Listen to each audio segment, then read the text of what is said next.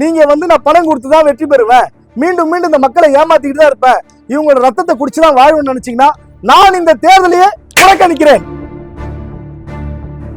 அண்ணன் நமச்சிவாயத்தையும் அண்ணன் வைத்திலிங்கத்தையும் சொல்ல சொல்லுங்க. அவங்க ஓட்டுக்கு காசு தரல, இன்னமும் நேர்மன்னு பேசுறீங்க. என்னங்க நேர்மை இருக்கு உங்ககிட்ட? ஓட்டுக்கு காசு கொடுக்கறதா நேர்மையா உங்க நேர்மை? இளைஞர்களை சீரழிக்கிறதா உங்க நேர்மையா? இதை நான் ஒருபோதும் நான் இருக்கும் வரை விட மாட்டேன்.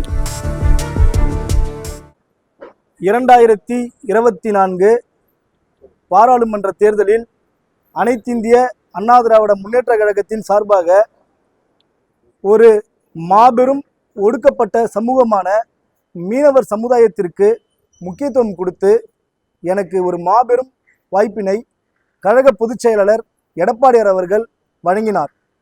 நேர்மையான தேர்தல் நடைபெற வேண்டும் என்று கூறிதான் இந்த தேர்தலை களமிறங்கினேன், களத்தில் இருந்து கொண்டிருக்கிறேன். ஆனால் கடந்த 2 நாட்களாக பாஜகவை சேர்ந்த வேட்பாளர் நமச்சிவாயம் அவர்கள் வாக்கிற்கு ரூபாய் 500ம், காங்கிரஸை சேர்ந்த முன்னாள் முதலமைச்சரும் பாராளுமன்ற உறுப்பினருமான வைத்திலிங்கம் அவர்கள் வாக்கிற்கு ரூபாய் 200ம் கொடுத்துவிட்டு இன்று தேர்தலை மீண்டும் ஏழைகளை கொச்சப்படுத்தும் ஒரு தேர்தலாக மாற்றிவிட்டனர். நான் திரும்ப சொல்றேங்க, இந்த தேர்தல் என்றது நேர்மையாக நடைபெற வேண்டிய ஒரு தேர்தல்.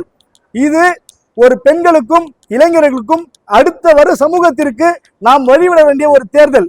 மீண்டும் நீங்க நான் பணம் கொடுத்து தான் வெற்றி பெறுவேன், மீண்டும் இந்த மக்களை ஏமாத்திக்கிட்டு தான் இருப்பேன், இவங்களோட ரத்தத்தை குடிச்சுதான் வாழ்வேன்னு நினைச்சீங்கன்னா நான் இந்த தேர்தலையே புறக்கணிக்கிறேன். இந்த தேர்தலையே நான் புறக்கணிப்பேன். ஏன்னு கேட்டீங்கன்னா, ஓட்டுக்கு காசு கொடுக்கறது தப்பு.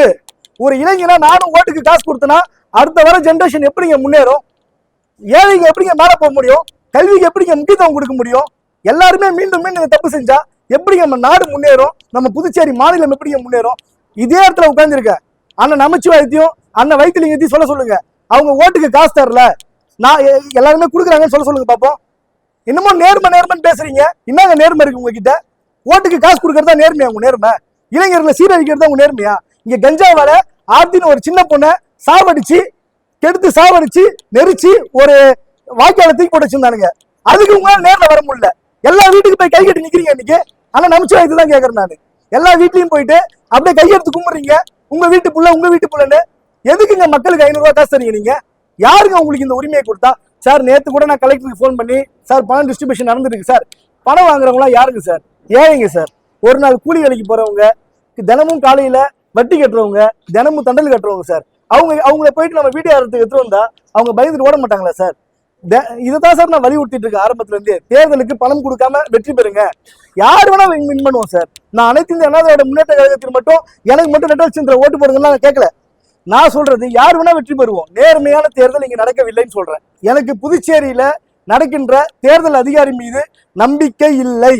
நான் இந்திய அரசாங்கத்தால் அங்கீகரிக்கப்பட்ட முறையான நம்ம டெல்லியில இருந்து தேர்தல் அதிகாரிகள் இந்த தேர்தலை ரத்து செய்து விட்டு மீண்டும் தேர்தல் நடத்த வேண்டும். இவர்கள் வாக்குக்கு பணம் கொடுத்து விட்டனர், மீண்டும் ஏழைகளை ஏமாற்றும் செயலில் ஈடுபட்டு விட்டனர். இதை நான் ஒருபோதும் நான் இருக்கும் வரை விட மாட்டேன். பறக்கும் படையை வச்சு எங்கெங்கெல்லாம் இவங்க பணம் கொடுத்துருக்காங்களோ அதை சீஸ் பண்ணி இவங்க புரோட்டோகால் பிரகாரம் தேர்தல் நடத்தணும். எங்க சார் பறக்கும் படை? இவ்வளவு பெரிய பிரச்சனை நடக்குது இல்ல? இங்க எப்படி எங்க ஊர்லயே ஒரு 500 பேர்த்த தேர்தல் வாக்கு கேட்டு இருக்கோம்ல, எங்க சார் பறக்கும் படை? இவ்வளவு பெரிய ஊர்ல ஒரு பறக்கும் படை கிடையாது. அரியான் தொகுதியில போய் பாருங்க, பறக்கும் படை இருக்கா? பாண்டிச்சேரியில மொத்தம் எத்தனை பறக்கும் படை சார் போட்டிருக்கீங்க? இந்த தேர்தல் எப்படி நடக்குதுன்னு மட்டும் தயவு செஞ்சு தெரிஞ்சுங்க. இந்த தேர்தல்ன்றது பறக்கும் படை எதுக்கு பயன்படுத்துறாங்கன்னா, கார்ல ஜாலியா உட்காந்துக்கிட்டு ஜாலியா போறாங்க. இதுக்கு மட்டும் தான் பறக்கும் படை பயன்படுத்துறாங்க. ரத்து செய்யணும் இந்த தேர்தலை அறவே ரத்து செய்து விட்டு மீண்டும் அனைத்து வேட்பாளர்களையும் முதல்ல இருந்து வாக்குக்கு பணம் கொடுப்பது தவறு. அதை ரத்து செஞ்சுட்டு முறையா செய்யணுங்க. இதுதான் என்னோட கோரிக்கை. செய்திகளை உடனுக்குடனும் துல்லியமாகவும் தெரிந்து கொள்ள சப்ஸ்கிரைப் பண்ணுங்க.